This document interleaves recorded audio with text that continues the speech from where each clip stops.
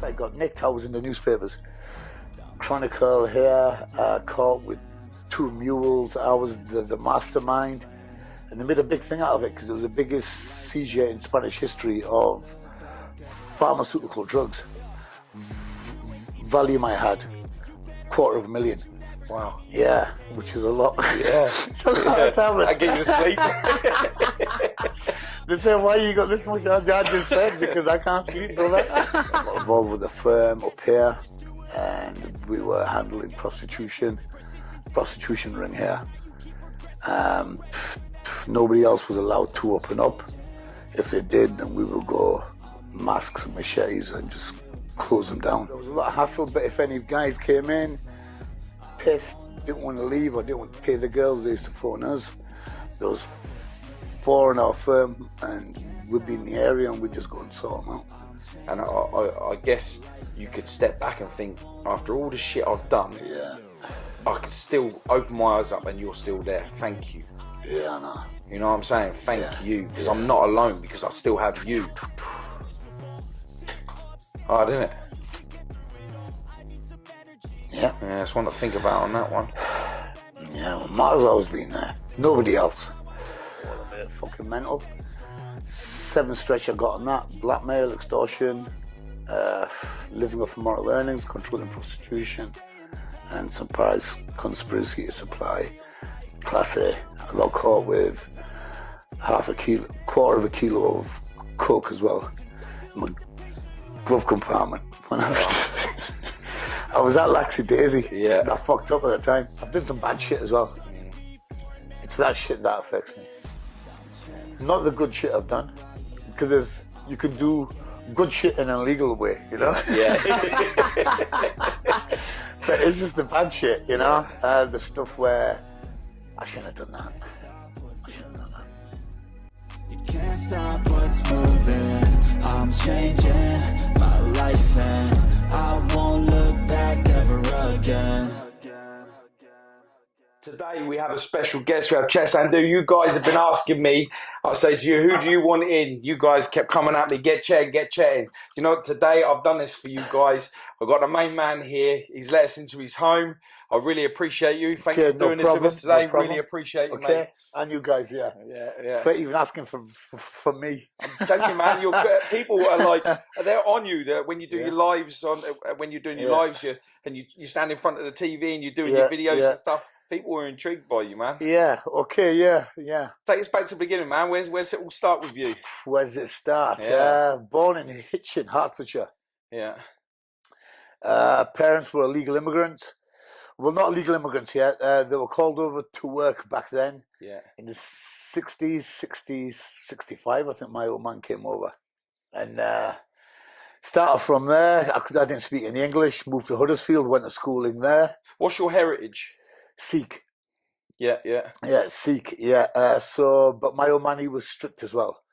Because the cultures and the values, what they had over there in India, in the Punjab, they tried to enforce them onto us. But didn't realise you're in England now. You're not in the Punjab. We got to deal with English people. Yeah. But they don't really get that because they were from there. And so because you started acting like more like English and like how it is, how we do it here, compared to how the Sikhs do it in India, does that bring shame on the family because you're not following tradition, or do they accept that you're in a new area, a new country, and does it allow you to be able to take the British children back home to be British, or do you still have to follow the Sikh traditions when you do go home? Right. Well, now it is like that. Now they know because it's the third generation now, I think, from our lot that came over first time round.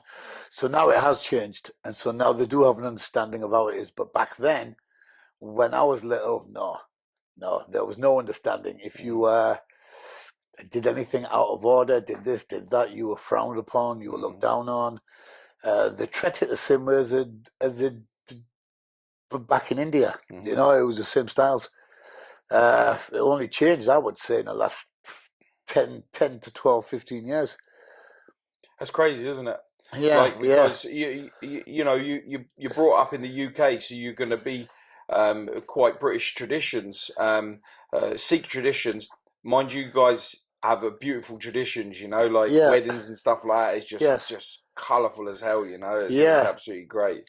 Weddings, right? I was the first Sikh boy in the whole of our lot to marry an English girl. Oh wow! A white girl, yeah. Right. I was the first one.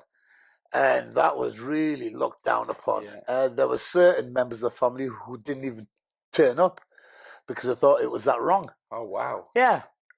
What year was this? I was 23 when I got married. 23. So only a couple of years now. Ago then. Yeah. 30 years ago, I'm sorry. Yeah. But that's what it was like. They didn't even attend. Well, how did that make you feel? Fuck you. Yeah. Fuck you, Rebel sort of thing. Hard, yeah. This is a girl I want to be with, and she's white, and this is how it happens, because they wanted me to have an arranged marriage.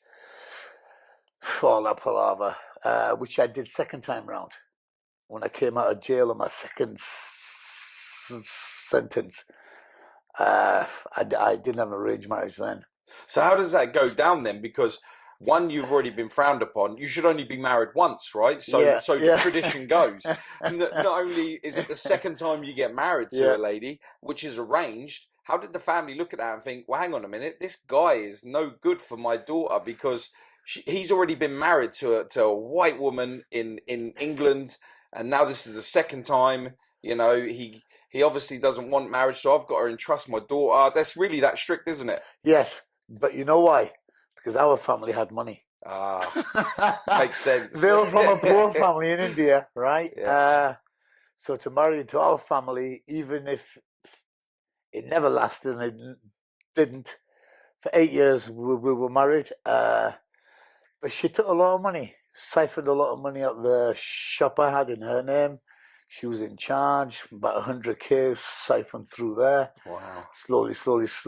Do you think that was her long-term plan? Do you reckon that was the family's long-term plans to get her in? Yes, I think so, because they built second floors in the houses in India. Her brother got a new Harley. Oh. I didn't even know. Okay, now I might marry him. Getting Harleys and second floors, I'm going to marry you. I didn't even know at the time. It's just one of them things. And so I just learned from that. Do they get frowned upon for something like that then? If they're getting married just to rob a rich family? Yes. They do, yes, because the family members who were involved with this, they said, right, we're not going to speak to them anymore because after what she has done. Yeah. So they because cut them off. The last name for a Sikh is everything, isn't it? Yeah. The family name is everything to us. Yeah. They are strict. Too strict sometimes, Sometimes they just need to ease up a little. It's because you're a 21st century man. That's what it is. Yeah. You broke tradition a long time ago. Yeah, I know. Back in the 90s with the pills. Yeah. So you say you went to prison and that lot whilst you was with your white wife. Yes. Did things go wrong there because of jail and because of the way that you was, or? Right. The first time I went to jail was in Spain. I was with her then, and we were split up at the time, but we still used to talk, and I used to see the kids every week, blah, blah, blah. This is 1998. And then I got nicked. And then once I got nicked, I was in the newspapers. Chronicle here, caught with 2 mules. I was the mastermind. And they made a big thing out of it because it was the biggest seizure in Spanish history of pharmaceutical drugs. Valium I had, $250,000. Wow. Yeah, which is a lot. Yeah. It's a lot of tablets. I get you sleep. They say, why you got this much? I just said, because I can't sleep, brother. It's personal use. I said it was personal use. Did you really? Well, that's what I said. I had to say it, didn't I? Yeah. What else am I going to say? I'm going to move them on? No, I said I can't sleep, bro. Anyway, so that happened. So when I got inside, a lot of things came to light. A lot of people went to my ex-wife. Divorce papers came through whilst I was inside in the first month. That must have been hard. Well, yeah, on top of what I was already handling, she wanted to screw me, take all my money at the same time. Did they tell you what kind of time you was going to be looking at? 10 year, 9 year if I made a deal. They said because over there, Valium is Class A. Class C here in this country, which is what I thought it was in Spain, but it's not. Spanish laws are totally different. Class B is marijuana, cannabis. They don't have a Class C, and Class A is everything else. And cocaine, heroin, pills even, because they say it contains, a 10 milligram pill contains a tiny amount of diazepam. But if you add all them up, that's a Class A drug. So they added all the little bits up, and they said you have 2.5 kilo. They must have really wanted you to start. Well, I think so, because they're trapped on my flights.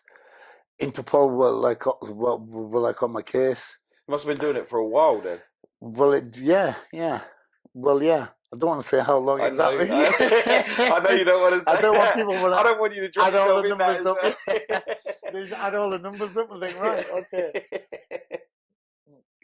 So you'd got caught for the class for the biggest seizure in Spain. Yeah. How'd that make you feel? Obviously scared because you're looking at a 10 stretch. Well, yeah, 10, yeah, and if I made a deal, 9. That's how it goes down. That's what I was told.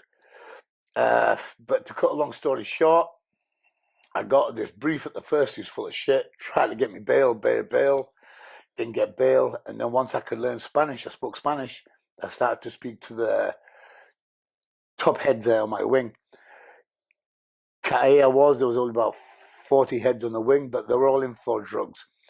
And they all had money. Venezuela they were from, Peru, Switzerland, France. They were all big-time movers. And they said, you need to get a bent lawyer. They said, if you get a bent lawyer, it'll cost you this much, blah, blah, blah, and it'll get you half the sentence. I'm like, really? So they hooked me up, so I spoke Spanish, and I got this lawyer, and he did the business. 4.5 years I got in the end. Wow. Couldn't believe it. It cost me $6,000 to pay off the judge and $3,000 for him. Wow. Wow. But that was quite, I thought, cheap in my eyes. Yeah. Yeah, Oh, I would have paid a lot more than that. He cut himself short, really. Yeah, it'd be like, yeah, well, it's a bit steep, but I suppose I could do that. I was like, fucking... But like in Spain, they haven't got a lot of money there, have they? Yeah. They don't have a welfare system. They're all a bit skint. Yeah. So I remember getting caught on a motorbike when I was in Spain, and I'll give him like 200, I think it was pesos at the time, and he just said, all right, on your way, and let me ride the bike off. Right. Yeah, I was like, yeah, wicked. Right, easy, yeah. Yeah, no problem. You didn't get no... No, I didn't get nothing. He turned around and said, you stop, how much you got on you? I was like... How much you got on you? I got 200 pesos. I was like, got 200 of your money, and they were like, okay, go. I was like, but do I get my money? And they go, no, go. And then they no, go, and you're like, oh, all right. Yes. Yeah, so I was off. Bonuses, because their wages are so minimum. Mm-hmm. They don't pay them hardly anything. Nah. So they're going to do this. Pay them a little bit more, and they might not do this shit to us. Yeah. You know? Yeah. Yeah. When I got necktied, rings, this and that, they just took them all out and didn't get them back or fuck all. I bet you didn't. The watch, nothing, zero. So do you think that the missus had heard the sentence despite your efforts to get out earlier, and she was just like, I ain't waiting no 10 years, I'm off? She knew I wasn't good anyway, which is why we split up, and that was just like the final nail in the coffin, that one. So she thought, right, he's going to do a 9 stretch, let me just get the money off him. Yeah. Because he ain't coming out for a while. And I'm free and easy to do what I want, and he's not around. Yeah. So when you come out of jail from Spain, did you stay there? Or did they tell you to get out? Yes, right. My lawyer, he was that good. He got me, what's that word? Expulsion. Yeah. Expulsion that I can't go back to Spain for 10 years. If I agree to that, they will let me out now. So I got out about 3 months earlier. Oh, wow. Within the 4.5 years, yeah. So that was a little bit of a nice one, lawyer. You know, I wasn't expecting that one. No, definitely not. Yeah, the papers just come through. They went, Sandhu, boom, you're out, you're free. So they took me on a flight to Gatwick. 2 armed marshals had to clear the back 12 seats off the plane, handcuffed all the way. But I was that excited. It was hot, and then I was in the gym at the time. I just had my shorts, my vest on.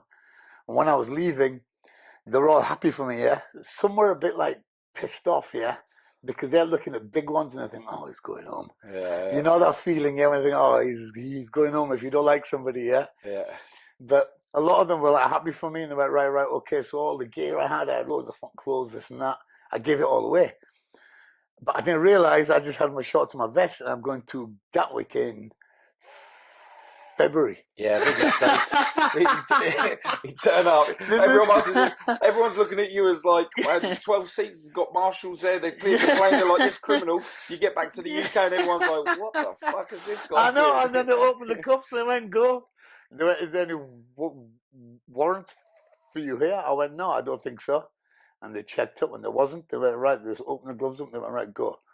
No money or nothing, but I did have a little bit of hash and pesetas, money, shoved up my ass, yeah? It's an extra pocket, yeah, in jail. It's an extra pocket, yeah? Okay, that's how you got to look at it. That's why you got to keep your shit, man. So I gave everything away apart from the hash I had and the money, and so I stuck that on my ass, so that stayed there. So I changed. I changed that. It might have smelled a little bit when I changed it. So I changed that money, so I had a little bit just for that night, but I didn't have enough for the train fare, so I had to phone my old man and he sorted the ticket out. So I came back up here. And this is where you resided. So from this, and now you're back. Yeah. You know, what did your family make of you know, doing this? Yeah. Did they know anything about it? Yeah. They knew what I was doing, but they didn't expect the length of time I was going to be away for, because in England, Class C carries a maximum of 2 years. The first offence of that, you probably would just get community service or something stupid like that, you know, which was what was in my head initially. Yeah. But Spain's different.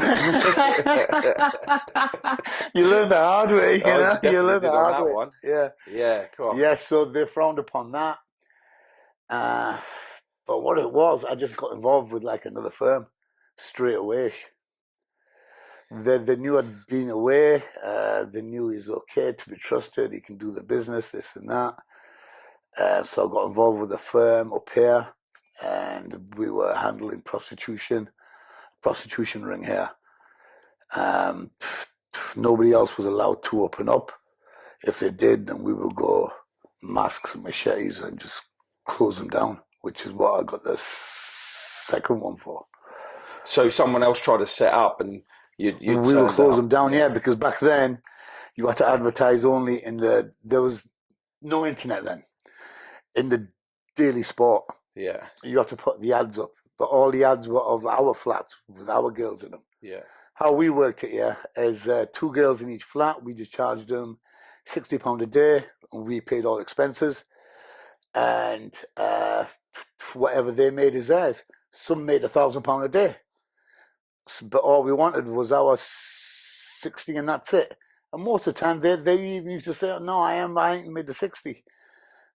Because they all got habits, you know. Yeah.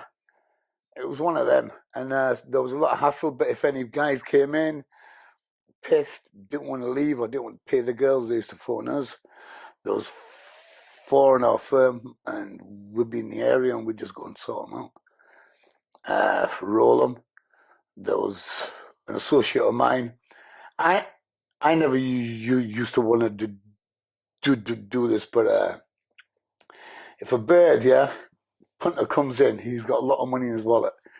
she would phone him, and he would just come in and tax him because he can't go to the police because he's in a brass house. Yeah. And he's married. Go back to his house. Yeah.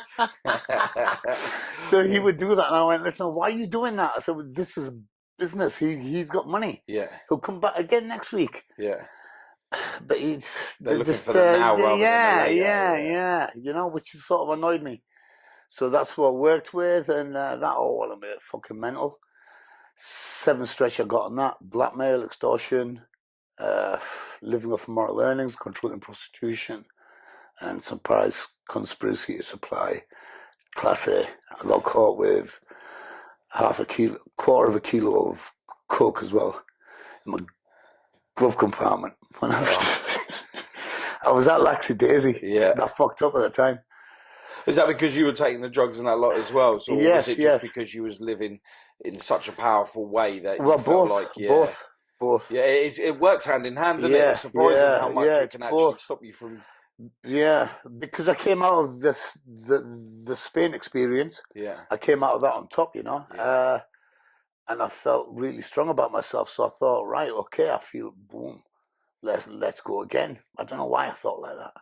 So when you got when it come on top and you got pulled over, they'd obviously been watching you for a while again. Do you think that they'd paid attention to you and from the last time, Spain, and just kept a tag on you? But this time you went into the prostitution and the violence protection. I went into a firm, yeah. So they knew what was going on because the firm I was working with were already under investigation. Did they try you under a gang conspiracy or? Yes. There was 4 of us in the dock. And we all got it. I got the biggest. Because I had the cocaine.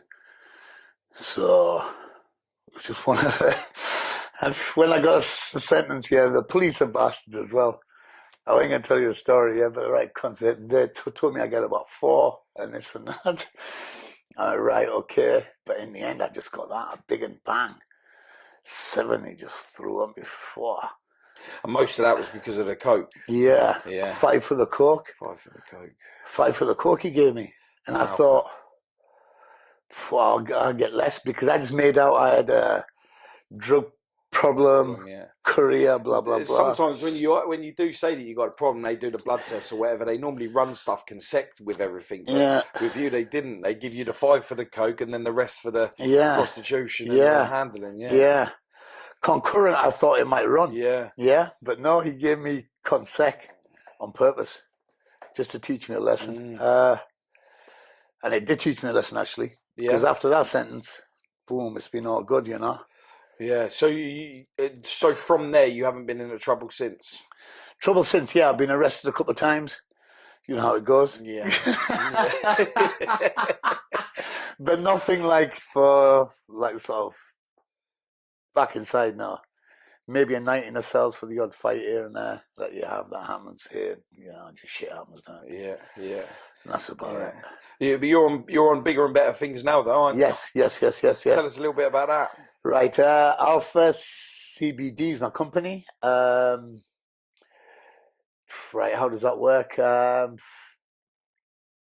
It's how it works is our bodies, don't have an ibuprofen or an opiate system, So if you take pills, they just give you a short-term effect. But our bodies do have a cannabinoid system. So if you don't give yourself this and the receptors are there, and then that's when you get skin deficiencies, you get cancer cells getting built up, you get arthritis, you get Parkinson's, you get this, you get that, you get the whole spectrum of things. But if you give yourself this oil, you won't get any of that. Asthma, this and that, it heals the whole thing. I've got loads of people, reviews of people that I've helped with Parkinson's, epilepsy, arthritis, even me. Everything that was wrong with me, boom, I had eczema, all gone, and it's never come back. Skin conditions, the whole spectrum, it heals it. Wow, I didn't even know. But this is why the government is trying to stop this. Because we're healing people and they're not taking their tablets. Yeah, so the money goes Yeah, down yeah, for the yeah, government yeah. and And the now for money's the going people, for like people like me, yeah. which is not where they want it to go. Well, it's because you're legally selling I'm legal legally drugs, selling, yeah, and legal drugs, and it's helping. yeah, and they can't shut you down. No, not at the moment, no. Yeah. You want to make sure, yeah. I'd be checking the law on a daily basis, just making sure, because they'd probably not tell you that the law's changed, knock on your door at like 12 o'clock at night. What they have changed is a law. Full spectrum can't be sold. It's only isolate now. Right. So that means How does that work? Right. The full spectrum is the one that heals everything. The isolate is some of the good stuff is out of it. Yeah. But mine's all good though. Yeah. Yeah. Yeah, good stuff. Yeah. Mine works. Where can anyone get this stuff from? From my site. You can put a link on the bottom. Yeah, I will. Yeah. It's just www.alphacbd.eu. Packages are there. I'm the cheapest one available as well on the market because I just work from home. I don't have an office. I don't have any staff. It's just me and my mum that packages stuff. This is what I do now on a daily basis, do my parcels, this and that, and it's helping people and it pays well. So I think it's all good. Excellent, man. Yeah, it's all good, man. And it's keeping you out of prison. And it's keeping me out of jail, yeah.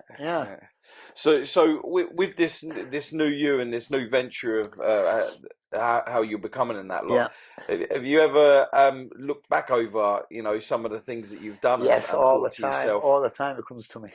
Yeah. How does that affect you? I've done some bad shit as well.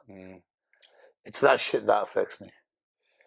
Not the good shit I've done, because you can do good shit in an illegal way, Yeah. But it's just the bad shit, the stuff where I shouldn't have done that. Stuff like that comes back to you, doesn't it? It never leaves you, does it? No, definitely not. It never leaves you. This is the one thing. Like when I've been doing my podcast and stuff, and I talk to people, and they've been at the top of the game, like yourself. You're all over the internet. Things that you've been convicted for and things like that, and you're a force. You really are. And like this new you that's shining through, people are like, hang on a minute, like you really can change. Like this is possible. Yes, you can. But that doesn't go without the trials and tribulations of like the negative thoughts that you still have from it all. Like when you start becoming a better person, you start evaluating the damage that you caused, the destruction that was caused, and then I don't think people realise that the effects that it actually has on you as a person. With when you become good, of like when you're sitting there and you are thinking about it, it does affect you just like it affected the people that you did it to. Yes. And coming to terms with that is actually quite hard, isn't it? Well, yes. You can't really come to terms with it, because the thoughts are always there. Sometimes you can't sleep on a night and you just start thinking about some weird shit, and then stuff like that just comes into your head. And you think, oh, God, that's how I used to be. That's how I used to be. Stuff like that, It's upsetting, and it just brings it down.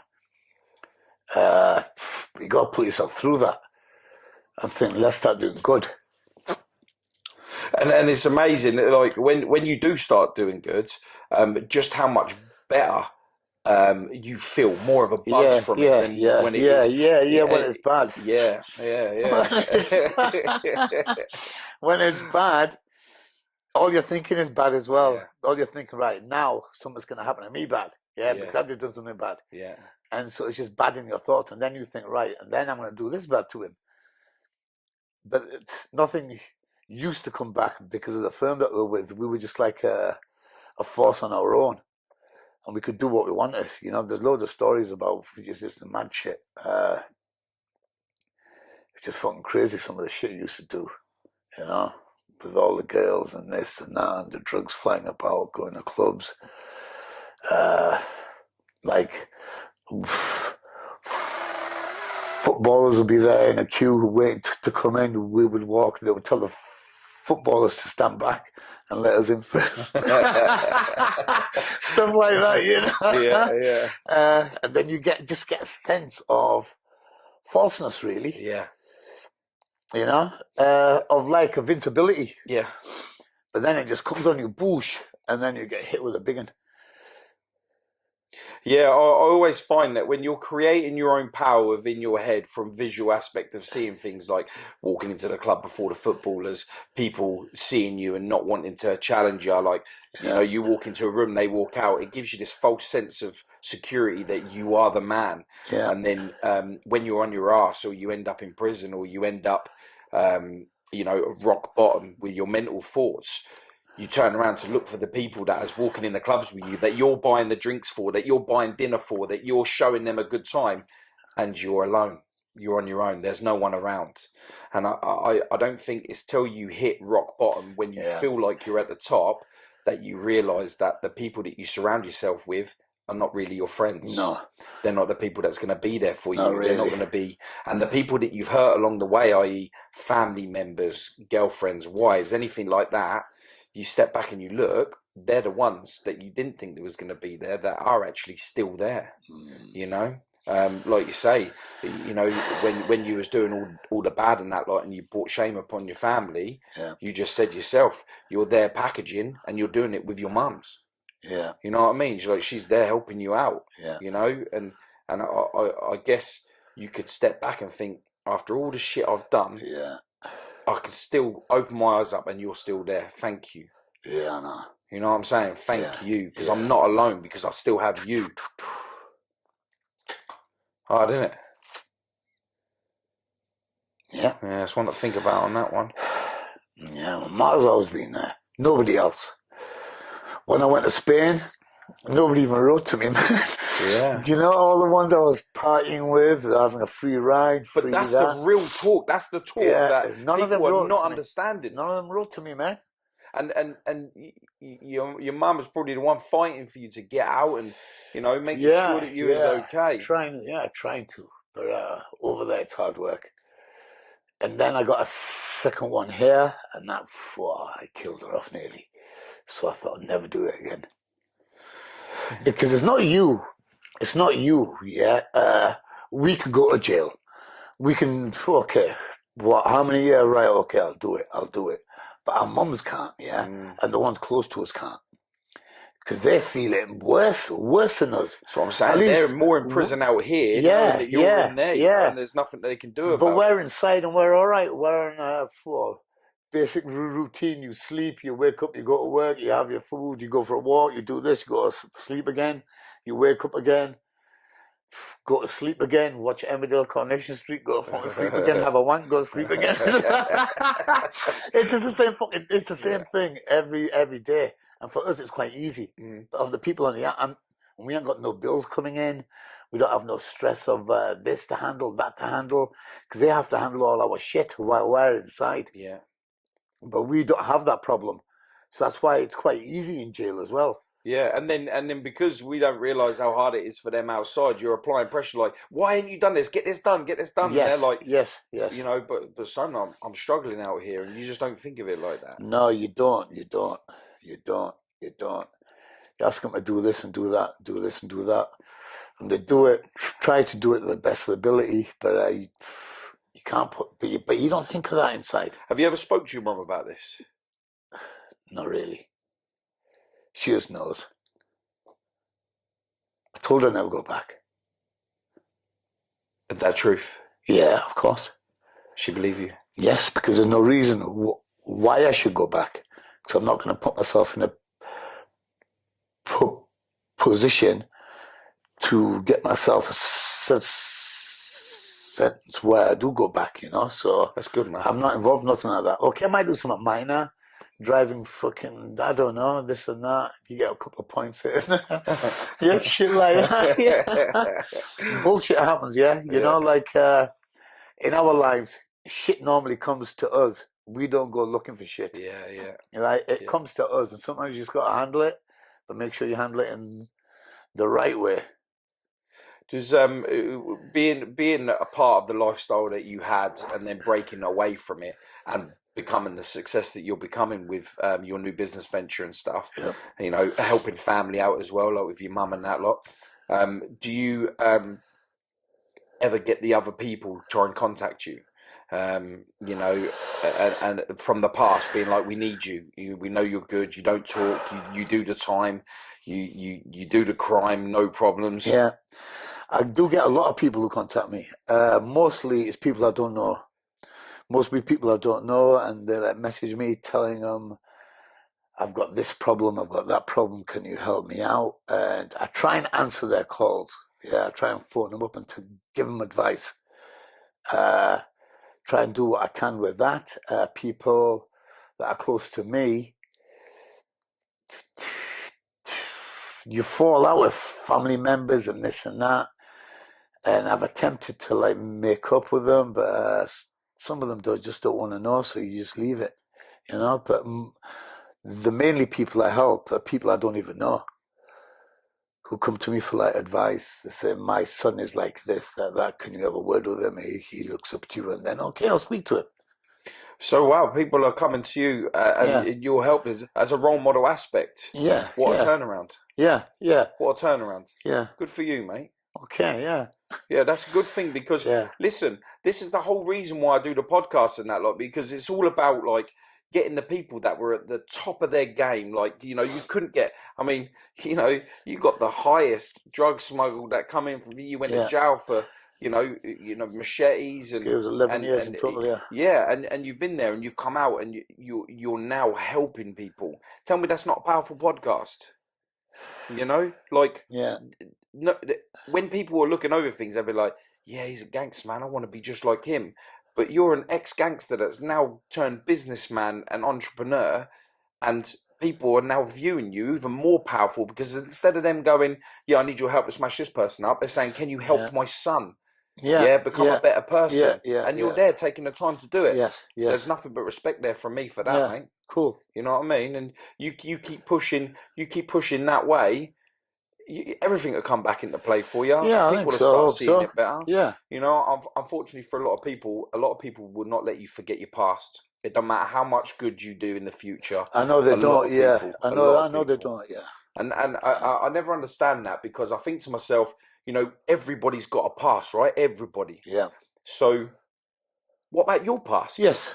What about your past? What about what you done? We don't even know about it, do we? Exactly. But they know about ours because we've said it. Yeah, because we're brave enough to put ourselves on the line to make people realise that that's not the way and this is it. Unfortunately, like I say in most of my podcasts, we had to go through the shit to be able to find the real us now. Because before, if we were thinking the way we were thinking and we show weakness by showing love, we ain't real. We're not gangsters. We're not doing our thing. But that's just stupid thought. Yeah. Because of that, we were ruining our own life. Yes. And we were ruining our legacy. And we were ruining our greatness. Because clearly, this person has always been in you. But because your mindset thought that it was weak to be real. Yeah. I think so, yeah. It never showed. So you covered it up by being aggressive, by being the man, by being feared, by doing drugs, by prostitution, by all of the above. But it's not until you then realise that this is the real you. And now look at the love and the respect you're getting. Because what you're getting now is real. Yeah? Because when you're bad, I always say, if you're bad and you're causing the biggest, you can help everyone in the street punching people up left, right and centre. But when you die, people will be happy. Because you're scum, you're nobody. Because all you do is cause terror. And no one wants that in the street. But so your respect that you feel is real is not. Because no one's bothered that you're gone. But when you start being real and you start helping, you start showing love, you start showing that it's okay to be normal, it's okay to show love, it's okay to be kind, it's okay to help people. Yeah? That's when you gain the real respect. So when you do go, people want that legacy to live forever. Yeah. You understand? So, yeah. So this is the path I feel like you're on now, creating your legacy for generations. Yeah. My book is out as well in March. That's what I'm talking about, see? Yeah. Then that starts from the beginning when I was 3 years old. Oh, wow. Yeah, from 3 till the end of my sentence from Spain. and then I'm going to do another book. Follow on, because there's that much. There's 120,000 words already in this. Wow. Yeah. You see, you're already moving. You're moving forward greater. Yeah. You know, you've got a book coming out. You've gone through it all. Your business is taking off. You're finding yourself now, which is great. You're not going back to prison because you promised your mum. Yeah. And you've said this on camera. Yeah. So I ain't going, man. This is it now. You're done. You've sworn blind now.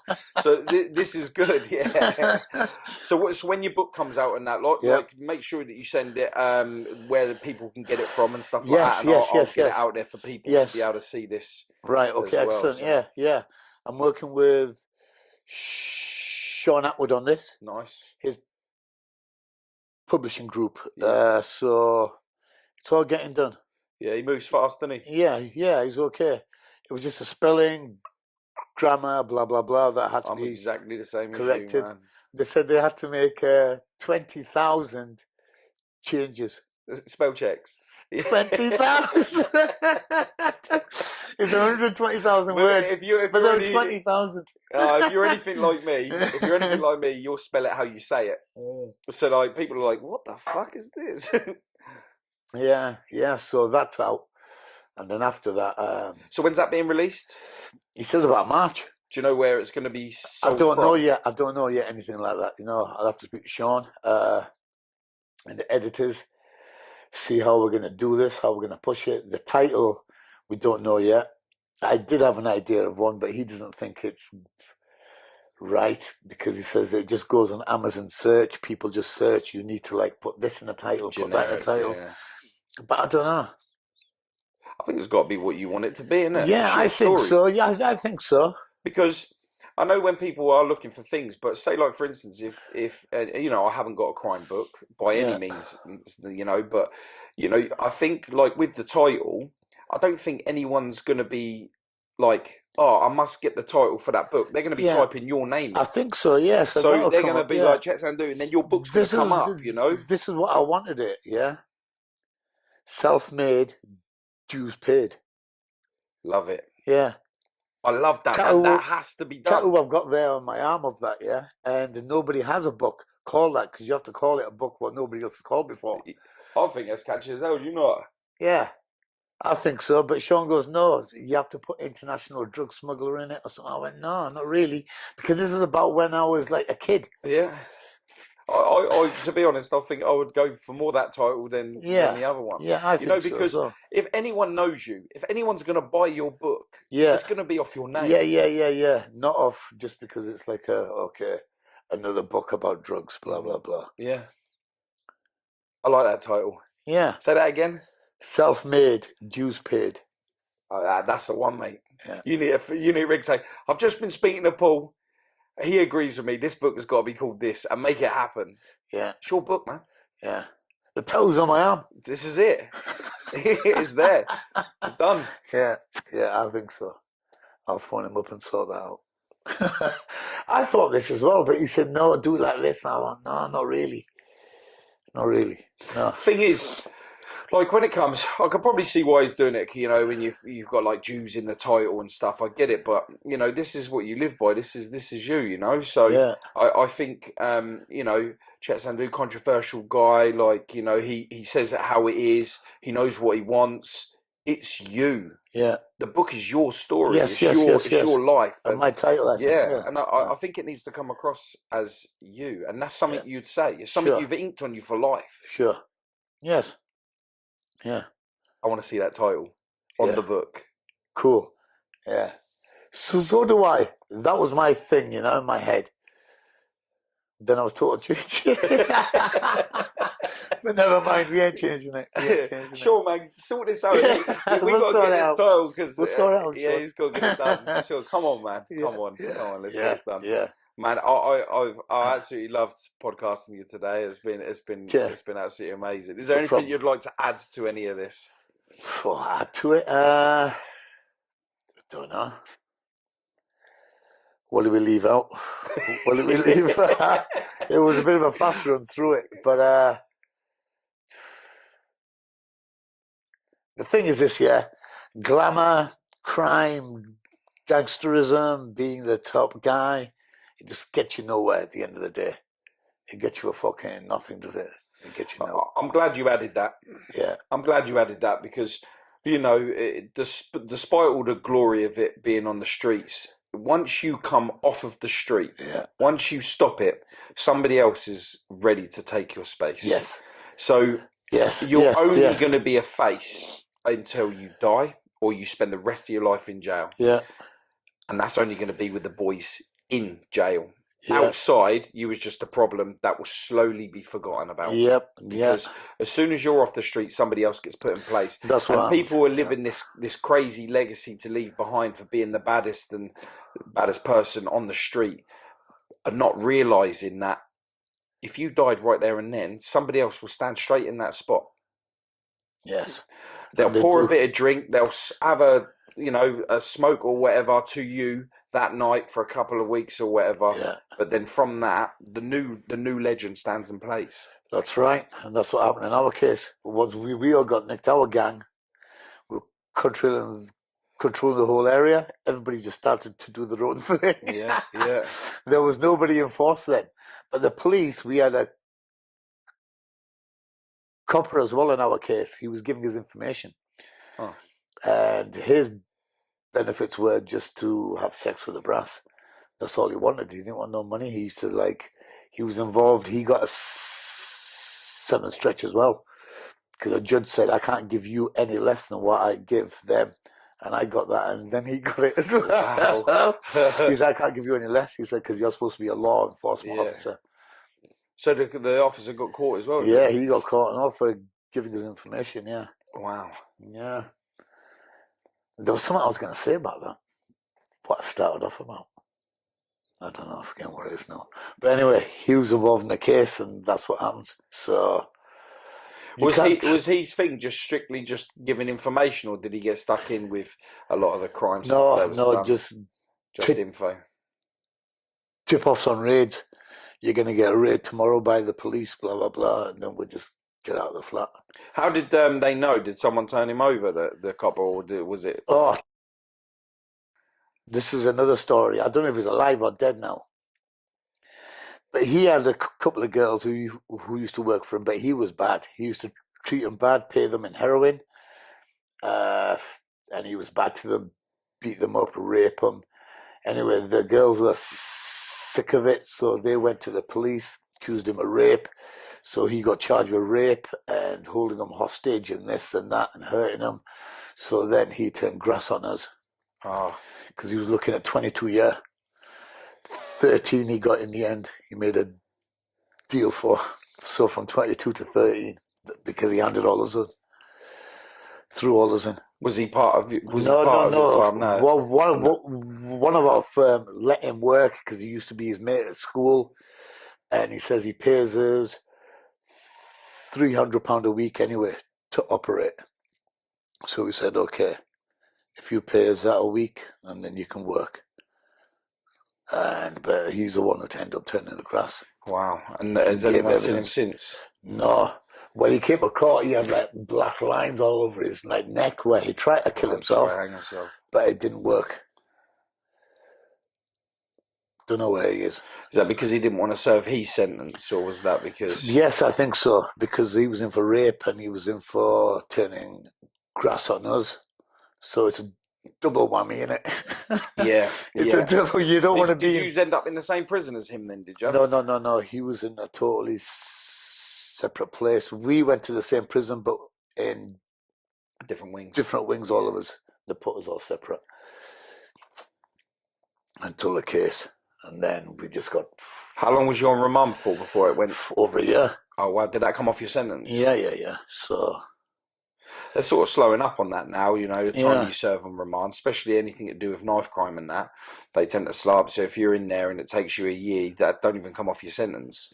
Oh, doesn't it? No. When I lost my brother to knife crime, he was murdered. They were inside for a while and none of their remand time come off for their sentence. And they have to do full serve before they can even apply for parole. I thought that's for lifers only, where the time served early. Yeah. So them them lifers. There was 4 of them. One got 22 years, and 3 of them got 18 each. So, serving full sentence before they could even apply, and their remand time never got took off it. Yeah, life was dark. Yeah. It's harsh. It's a harsh world. People don't realize until you get banged up, and then you're in there Alone.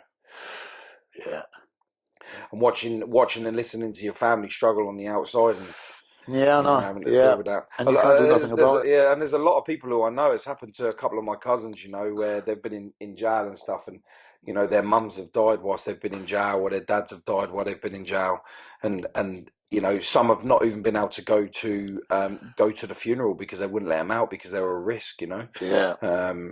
We done a podcast with Razor Smith. His son died whilst he was in jail, and they wouldn't let him out to go to his son's funeral. And this is the harsh reality of you don't just think, oh, this has happened, I can go out now, I'm going to go to my mom's funeral. You have to apply for that. You have to ask them. You have to beg them. You have to plead them. Yes. Just to go, because you automatically feel like, that kind of stuff is a luxury on the outside for people that are, doing good. Yeah. So when you're being bad, you can't just assume that you're going to be able to go and see them. That's so right. A lot of people they do the sentence when their parents are old and they have heart attacks or they die and they don't even get to say goodbye. Now, No. How bad would that be? But that happens every day. Mm-hmm. Life doesn't stop when you go to jail. No, man. No. And this is why I try and educate the kids, man, and just try and say to them, like, it don't do you no good going in there.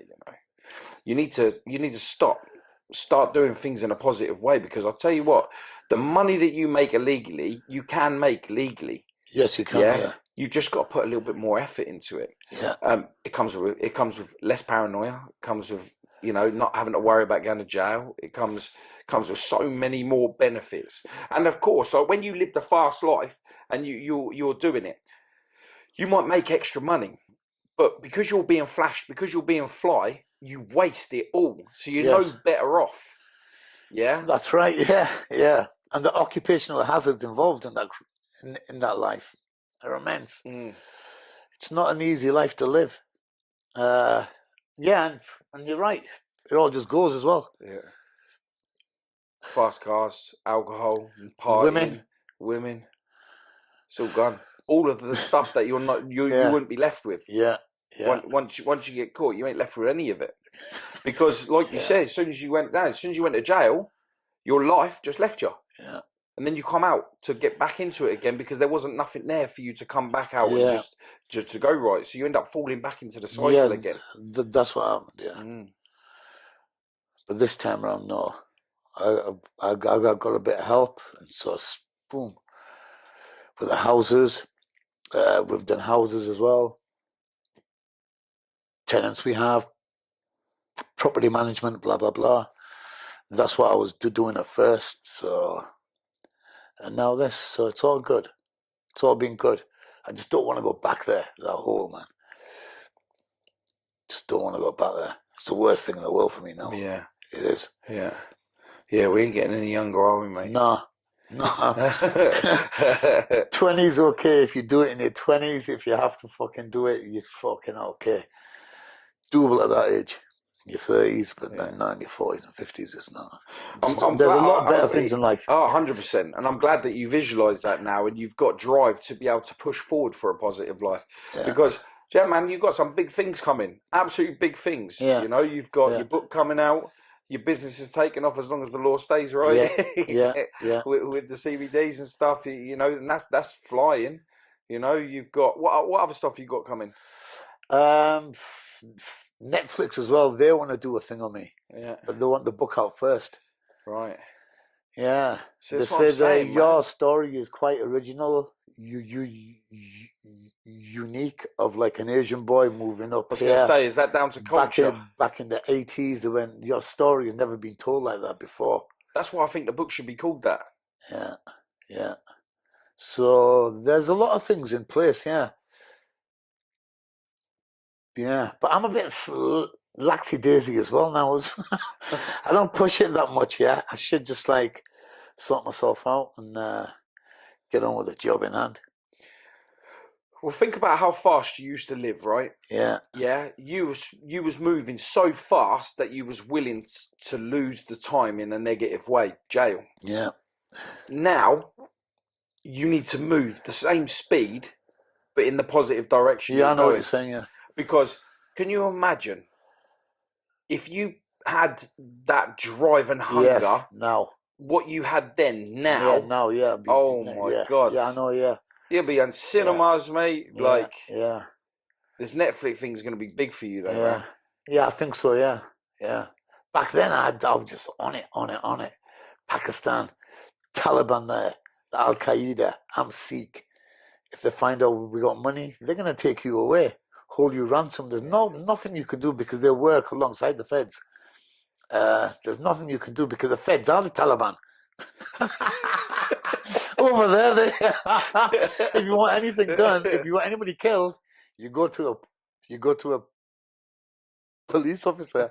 If you want anybody killed, I'll swear down. Really? India's the same. If you want anybody killed, you go to the police and they cover it all up. So then I had no fear of any of that. You know, I said, no, I'm still going to go. I'm still going to do the business. I'm going to go to the cheapest place in the world and I'm going to do the biggest fucking amount. Boom, bang out, bang out, bang out.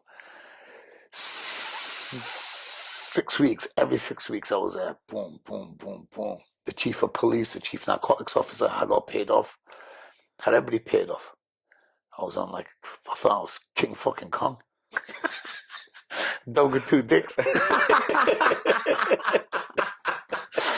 But then it all fucks up, doesn't it? Yeah. It don't last that long. Nah. About a year and a half, 2 years. In fast, out faster. Yeah, because people know what you're doing. They're not happy. Phone calls to start making, don't they? You're not a face that you can forget either, are you? Yeah. So if they saw you walking past, you was in the country trying to sneak in. It's a bit like you. Yeah, exactly. Exactly. It's like you can't do nothing. We can't do nothing. So even if we think, oh, I'll just sneak in there, I'll go in at night time, they won't see me, you still get recognised. Trust me, I know. Yep. Yeah, stick out like a sore thumb. It's all good though, because you see, even now, like, is from our visuals, tattoos on faces and just, a Sikh covered in tattoos as well. That's like, another thing that's like unheard of as well. Yes. Yeah. So Sikhs, yeah. Yeah, of course. Yeah. So then you don't boundaries are broken a lot. Oh, every fucking one. Like, you must have just opened the book and just gone, so I'm not allowed to do this, like, yeah. I'll be back in a week. I've brought every law there is. Oh, you have definitely. But I'm still okay. I'm all right. Yeah. The temple I still go with my mum and that now and then. It's still all good. I get a few funny looks of.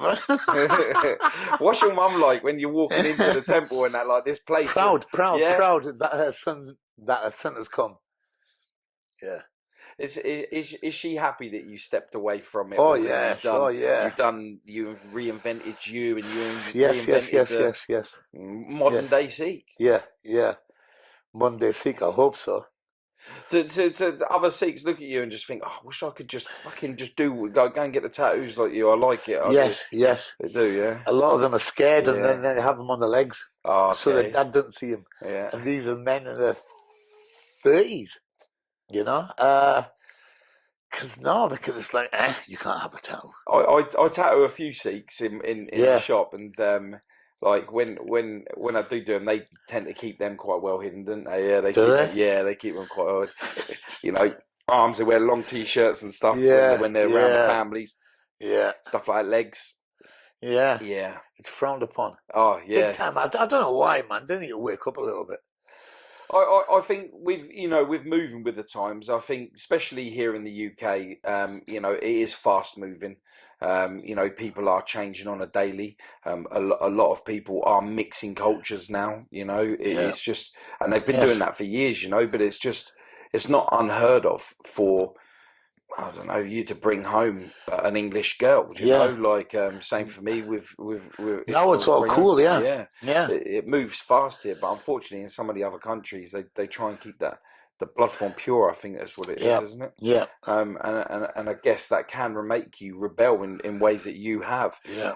Fortunately for you, you know yourself. You found yourself. You know what you want, and you did it despite following tradition.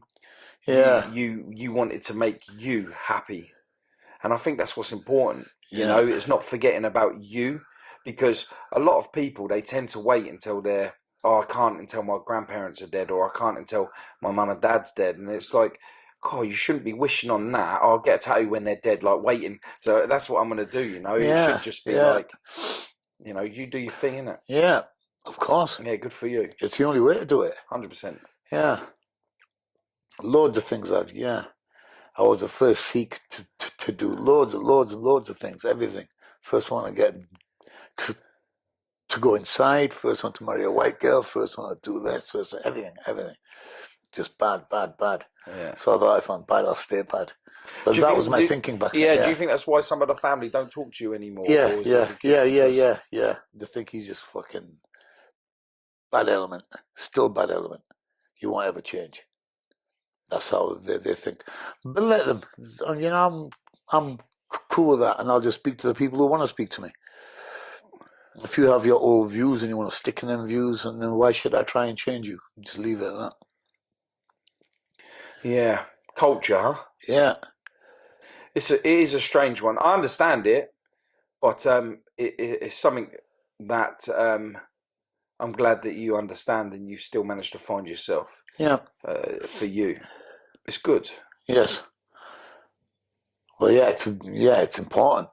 Very important. That other people do the same thing, like even being gay and stuff like that. Mm-hmm. It's all heavy work in our sort of thing, you know. Yeah. If you're English and white, it's all fine, but like in Sikh, or if you're Muslim, ooh. Yeah, that is it? Yeah. My brother's gay.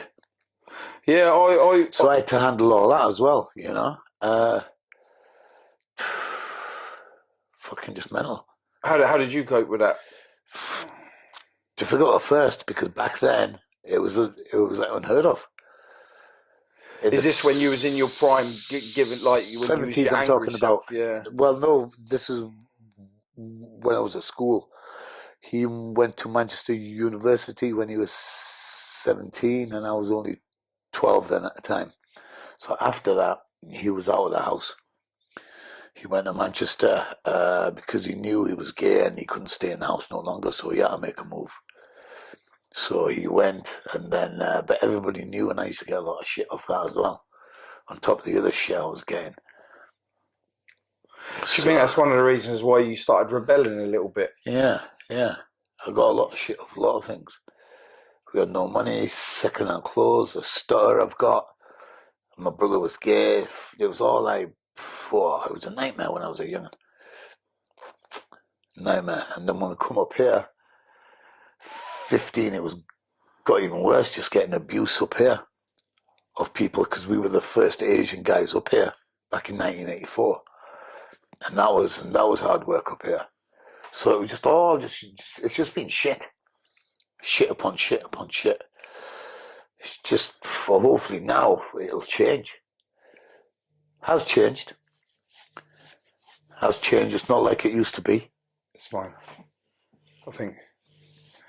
Yeah, so I think now with things being like so acceptable now, it is becoming, you know, more and more every day a very similar thing, you know, Sikh, Asian cultures, Chinese, white cultures, everyone, you know, turning all these, you know, pansexual, transsexual, transgender, all of the above, becoming so accepted now that I guess you don't stand out so much like a sore thumb anymore. No, maybe not.